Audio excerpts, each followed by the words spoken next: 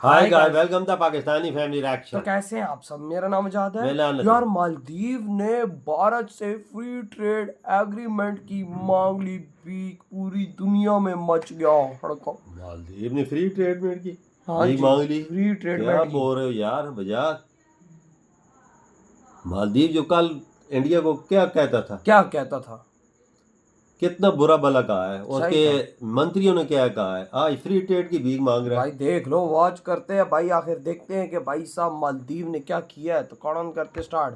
आधी छोड़ सारी को धावे, आधी रहे ना सारी पावे। यानी कि आपके पास आधी थी लेकिन पूरी पाने के चक्कर में आधी छोड़ दी, और अब स्थिति ये है कि पूरी तो मिल नहीं रही, जो हाथ में आधी थी वो भी गवा दी। यही स्थिति इस समय मालदीव की हो चुकी है। आप अपनी स्क्रीन पर देखिए, मालदीव के राष्ट्रपति का बयान आया है कि भारत हमारा क्लोजेस्ट एलाई है, यानी कि सबसे ज्यादा करीबी दोस्त है, और हम उनके साथ एफटीए यानी कि एक खास तरीके का फ्री ट्रेड एग्रीमेंट साइन करना चाहते हैं, और जिससे कि दोनों देशों के बीच व्यापार इतिहास के सबसे ऊंचे स्थान पर पहुंच जाएगा। जी हां, ये मालदीव के उसी राष्ट्रपति मोहम्मद मोइजू ने कहा है, जिसने अब से कुछ महीने पहले मालदीव में तैनात भारतीय नौसैनिकों की बेइज्जती करने की कोशिश करी थी, क्योंकि उसका कहना था कि ये भारतीय सैनिक उनके यहाँ पर जासूसी करने आए हैं, उनकी सिक्योरिटी के लिए खतरा है। जबकि असल में हमारे जो सैनिक थे वो मालदीव के सैनिकों को सिखाने गए थे कि शिप कैसे चलाते हैं, जो हवाई जहाज है उसे कैसे उड़ाते हैं। लेकिन मालदीव के राष्ट्रपति ने झूठी अफवाह भारत और भारतीय सैनिकों के खिलाफ फैलाई, जिससे कि उन्हें मालदीव छोड़ना पड़ा। एक तरीके से ये हमारे सैनिकों की बेइज्जती थी। लेकिन आज भारत ने मालदीव की सरकार और मालदीव के घमंडी राष्ट्रपति मोहम्मद मोइजू को अपने चरणों में लिटाकर उस बेइज्जती का बदला पूरा कर लिया है, क्योंकि सिर्फ उन्होंने भारत के साथ एफटीए की बात नहीं करी।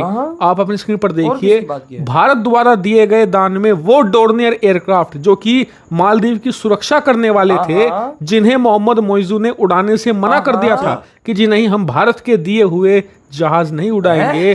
उन्होंने फिर से अपनी सेना को कहा है कि भारत ने जो दान में हमें डोर्नियर दिए थे उन्हें उड़ाना शुरू कर दो। इतना ही नहीं, भारत के सामने इस समय मालदीव इतना ज्यादा झुक गया है कि इन्होंने भारत सरकार की तारीफें शुरू कर दी है। आप अपने स्क्रीन पर देखिए, इन्होंने भारत को कहा है कि भारत का शुक्रिया, कि भारत ने मालदीव की सरकार को बहुत ही कठिन समय में कर्ज दिया था, लेकिन उस कर्ज की अब किस्त हमें चुकानी थी, लेकिन हमारी औकात नहीं है कि हम उनकी किस्तें चुका पाए। इसीलिए भारत ने हमारी रिक्वेस्ट पर उस कर्ज की किस्तों को रीशेड्यूल कर दिया है, यानी कि थोड़ा डिले करने को भारत तैयार हो गया है, और इससे हमें हमारे दूसरे कर्ज चुकाने में अब आसानी होगी और हमारा देश बैंकरप्ट होने से बच जाएगा। लेकिन ये तो कुछ भी नहीं, अभी रुकिए, अभी तो मालदीव के अंदर भारत की जीत का स्वाद आपने चखाई है, मजा तो अभी आएगा। दरअसल आपको याद होगा कि अब से कुछ महीने पहले जब मालदीव के मंत्री भारत के खिलाफ बहुत ही घटिया टिप्पणी किया करते थे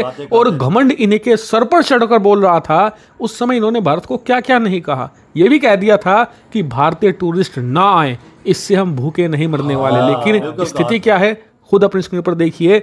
मालदीव का जो टॉप मिनिस्टर है वो भारत की चरणों में आ रहा है लेटने, और भारत के अलग अलग शहरों में रोड शो करेगा। जी हां, गाड़ी के ऊपर बैठकर भारत के अलग अलग शहरों का चक्कर लगाएगा, ताकि भारत के टूरिस्ट फिर से मालदीव में जाना शुरू कर दे। लेकिन आपका सवाल होगा कि यार वो मालदीव जो अब से सिर्फ 6 महीने पहले अपने आप को पूरे एशिया का सुपर पावर मानकर चल रहा था, जिसके नाक पर घमंड बैठा हुआ था, जिसका जूनियर मिनिस्टर भी भारत को आंख दिखाता था, आज वो कहां लेट गया? भारत के बिल्कुल चरणों में पड़ा है, नाक रगड़ रहा है भारत के सामने। ऐसा हो कैसे गया? तो इसका कारण है मालदीव का भयंकर घमंड, क्योंकि मालदीव की सरकार ने पूरी पाने के चक्कर में आधी हाथ से गवा दी। इनके पास भारत जैसा एक स्ट्रॉन्ग एलाई था, लेकिन इन्होंने चीन, अरब देश और तुर्की से बहुत ही ज्यादा करीबियां बढ़ानी शुरू कर दी। इन्हें लगा कि जितनी मदद भारत हमारी करता है ना, उससे कई गुना ज्यादा मदद चीन, अरब देश और तुर्की मिलकर इनकी कर देंगे। भारत की इन्हें जरूरत ही क्या है? लेकिन अब 6 महीनों के बाद जब ये अंतरराष्ट्रीय राजनीति को समझे हैं, तब आकर इनकी बुद्धि ठिकाने लगी है, क्योंकि मालदीव की मदद चीन, तुर्की और बाकी अरब देश कर ही इसलिए रहे थे ताकि मालदीव भारत की दोस्ती टूट सके, जो कि उन्होंने कर दिया। जब दोस्ती टूट गई तो मालदीव को लात पड़ी चीन से भी, अरब देशों से भी, और तुर्की ने तो सबसे पहले लात जड़ी इन्हें। और अब इनकी स्थिति ये है कि इनका देश आर्थिक संकट सही के लाते कगार पर मार खड़ा दिया है, सारे मुल्क इनका टूरिज्म सेक्टर डिजास्टर से गुजर रहा है,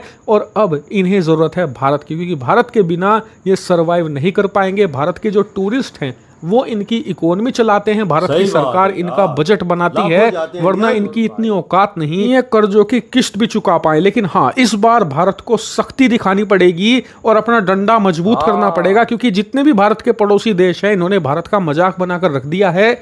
जब जब इन्हें चीन और भारत के दुश्मन देशों से मदद मिलती है, पैसा मिलता है, तो घमंड इनके सर चढ़कर बोलता है, लेकिन जब वो देश इन्हें लात मारते हैं तो ये भारत के चरण चाटने आ जाते हैं। इस बार ऐसा नहीं होना चाहिए। मालदीव के साथ सख्ताई से नेगोशिएशन हो और लिटरली इन्हें बांधा जाए हमेशा हमेशा के लिए भारत के चरणों में, वरना जब ही इनकी स्थिति ठीक होगी 4 साल बाद, 5 साल बाद, तो फिर ये भारत के साथ ऐसा ही करेंगे। इसीलिए इस बार भारत को ये बात बिल्कुल है, अमेरिका वाला सख्त रवैया अपनाना पड़ेगा, वरना ये देश भारत का मजाक बनाकर रख देंगे। इधर हालांकि ये वीडियो खत्म। भाई साहब इस टाइम मालदीव उल्टा लेट गया। बिल्कुल भाई बिल्कुल। इंडिया को चाहिए डंडा एक दफा मालदीव में दे। सही भाई साहब कहता ही कि भाई मैं तैयार हूँ इंडिया के साथ फ्री ट्रेड एग्रीमेंट करने के लिए। वैसे तो इंडिया बात करता है और देशों में जाके हमने आपसे फ्री ट्रेड एग्रीमेंट करनी, साइन करो, फ्री ये ट्रेड मीजू खुद करते कह रहा है, इधर मीजू ने खुद बोला और कहता है इंडिया हमारा क्लोजेस्ट अलाय है भाई साहब, हम तैयार है फ्री ट्रेड करने के लिए इंडिया के फ्री साथ। ट्रेड एग्रीमेंट करने के लिए। और भाई उधर से उनका मंत्री, टूरिस्ट मंत्री आ रहे हैं इंडिया और करेगा भारत में रोड शो और इंडियंस को बोलेगा हाथ जोड़ के कि प्लीज मालदीव आ जाओ, तुम्हारी वजह से हमारा भट्ठा गोल हो गया है यार।